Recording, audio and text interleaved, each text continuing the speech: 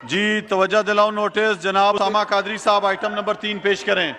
وزیر انچارج برائے خزانہ محاصل کی توجہ۔ وزیر انچارج برائے خزانہ و محاصل کی توجہ عوام میں گہری تشویش کا باعث بننے والے فوری عوامی اہمیت کے معاملے کی جانب دلائیں گے جو ملک میں کرپٹو کرنسی کے لیے انضباطی فریم ورک تشکیل نہ دینے سے متعلق ہے۔ جی جناب، جی علی محمد خان صاحب جی بہت شکریہ جناب۔ آپ بیٹھ جائیں پلیز، آپ زیادہ ہوشیاری نہ دکھائیں، مجھے پتہ ہے وہ جواب مل چکا ہے۔ آپ بیٹھ جائیں، آپ کو میں کہہ رہا ہوں بیٹھ جائیں۔ آغا رفیع اللہ صاحب آپ بیٹھ جائیں پلیز، آپ بیٹھ جائیں، میں ایجنڈے پہ ہوں، ایجنڈے پہ کام کر رہا ہوں، بس آپ بیٹھ جائیں۔ جی علی محمد خان صاحب۔ جی بہت شکریہ ڈپٹی اسپیکر صاحب۔ آپ کو مزاری صاحب ابھی موقع دے رہا ہوں، ان کے کہنے پہ ان کو چھوڑ دیں آپ انہیں۔ جی آپ درمیان میں جو ہے وہ آرام سے، آپ بھی معزز ایک رکن ہے اسمبلی کے، آپ کسی اور کے لیے نہ چمچہ گیری کریں نہ کچھ کریں، اپنی جگہ پہ بیٹھے رہیں۔ جی تو پھر آپ کس لیے بول رہے ہیں؟ آپ